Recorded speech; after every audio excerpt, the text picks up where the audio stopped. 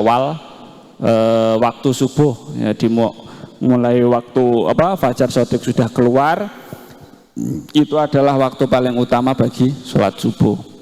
Yang kedua itu adalah waktu ikhtiar. Ikhtiar itu ya terserah, boleh-boleh saja, nggak ada unsur apapun, terserah. Nah, waktu ikhtiar itu adalah waktu mulai munculnya fajar yang kedua sampai akhirnya itu adalah sampai kelihatan agak terang, ramyang-ramyang, atau perpindahan dari gelap ke terang itu. Nah, itu ikhtiar. Yang ketiga itu adalah waktu jawas. Jawas itu ya boleh-boleh saja.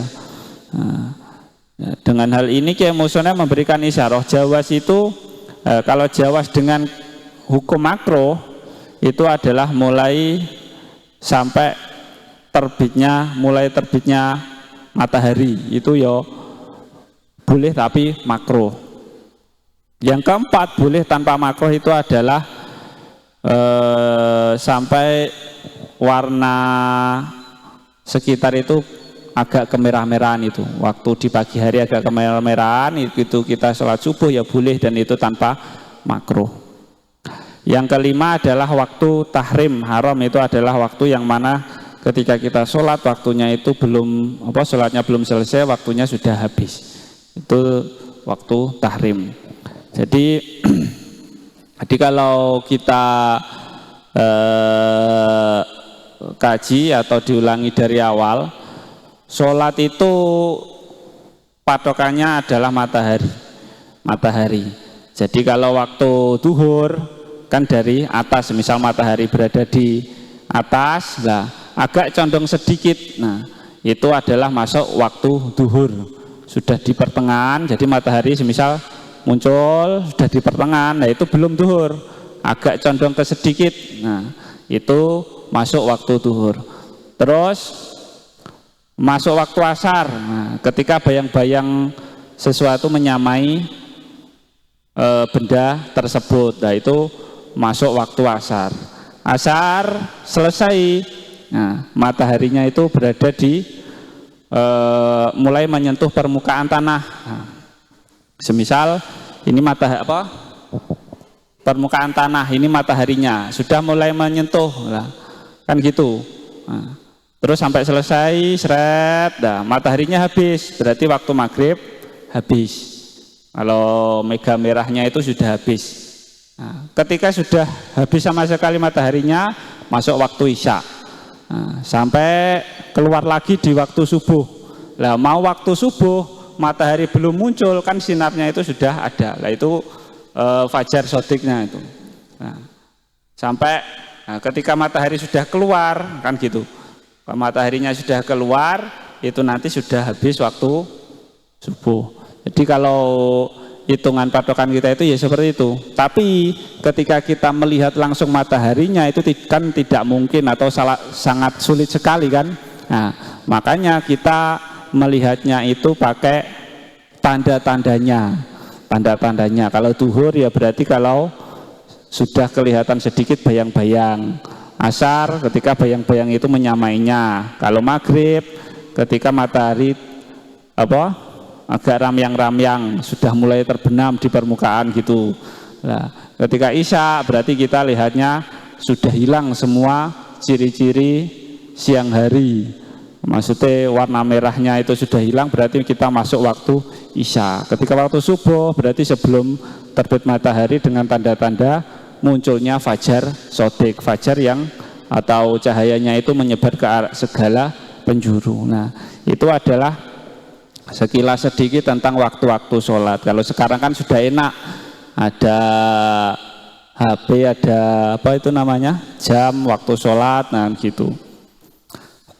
Jadi kalau kita pakai patokan melihat kenyataan ya seperti itu, kita melihat tanda-tanda yang sudah dimunculkan Allah Subhanahu wa Ta'ala lewat matahari dengan ciri-ciri yang sudah disebutkan tadi. Jadi sholatnya itu punya waktu sendiri-sendiri. Caranya gimana? Dengan melihat sekitar dengan patokan matahari tadi. Pun dari sini tentang waktu sholat atau mungkin yang lain, pertanyaan apapun bisa saya persilahkan. Silahkan kalau ada yang mau bertanya silahkan. Kalau nanti ya nggak apa-apa. Ada yang mau bertanya? Ada? Oke, silahkan. Assalamualaikum warahmatullahi wabarakatuh. Waalaikumsalam warahmatullahi wabarakatuh. Perkenalkan, nama saya Seilia dari Nganjuk. Saya ingin bertanya, apa perbedaan antara sholat wajib dan sholat sunnah dalam hal rukun dan syaratnya syah? Kurang jelas, bisa diulangi? Apa perbedaan antara sholat wajib dan sholat sunnah dalam hal rukun dan syarat syahnya sholat? Sholat maghrib dan fardu. Sholat wajib dan sholat sunnah. Kurang jelas. Sepikirnya kurang jelas. Apa perbedaan antara sholat wajib dan sholat sunnah dalam hal rukun dan syarat syahnya? Dan syarat syahnya sholat. Kalau agak ke sini, jangan ke gitu. Apa perbedaan antara sholat wajib dan sholat sunnah dalam hal rukunnya sholat? Dalam hal? Rukunnya sholat. Rukunnya sholat. Ya. Oh gitu ya. Nah, terima kasih pertanyaan dari Mbak Zida dari Kediri. Yang pertama pertanyaannya adalah apa hukum perbedaan sholat wajib dan sunnah dari segi rukun-rukunnya, gitu Mbak ya. Rukun-rukunnya itu berarti ya, jadi gini, sholat itu ada kalanya namanya syarat, ada kalanya namanya rukun. Syarat sholat itu ya seperti halnya harus suci, Islam, dan lain sebagainya. Jadi hal-hal sebelum kita sholat semuanya itu harus terpenuhi. Itu namanya syarat, seperti harus suci, Islam, dan berakal, dan lain sebagainya. Nah, ketika semuanya sudah terpenuhi, maka kewajiban kita itu melakukan sholat.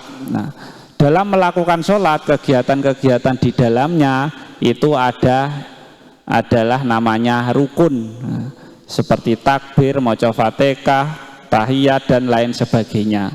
Nah, jadi untuk pertanyaan dari Mbak Zida tadi, apakah ada perbedaan rukun? Rukun itu berarti kegiatan yang ada di dalam sholat itu ya. Nah, dan rukun di sholat wajib dan juga sholat sunnah. Jadi untuk jawabannya insya Allah tidak ada perbedaan sama sekali. Rukun yang ada pada sholat wajib dan juga sunnah semuanya harus dilakukan. Semisal kita sholat wajib subuh, subuh itu wajibnya adalah takbir, terus Fatihah, rukuk, sujud, sampai tahiyat dan salam. Nah, itu semuanya wajib harus dilakukan, baru kita nanti sholat subuhnya sah. Dan juga ketika mau melakukan sholat sunnah subuh, semisal sebelum sholat subuh itu disunahkan sholat 2 rakaat. Nah, rukunnya itu apakah berbeda dengan sholat subuh? Ya enggak. Nah, ketika kita menginginkan pahalanya itu sesuai dengan apa yang sudah disabdakan Nabi semisal ya sholatnya itu harus terpenuhi semua. Ketika kita mau mendapatkan fadilahnya sholat subuh ya harus dilakukan.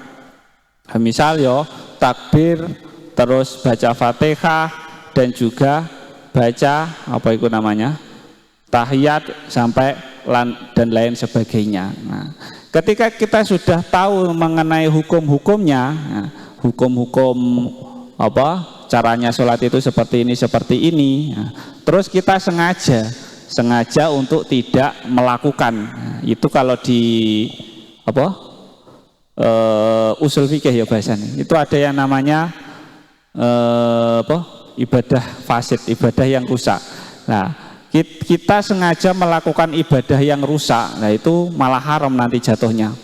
Semisal kita sudah tahu rukunnya sholat itu dan sholat sah itu kudu maca Fatihah.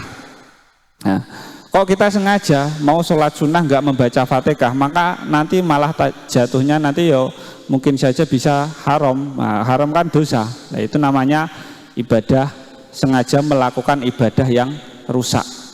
ibadah yang rusak, ibadah sing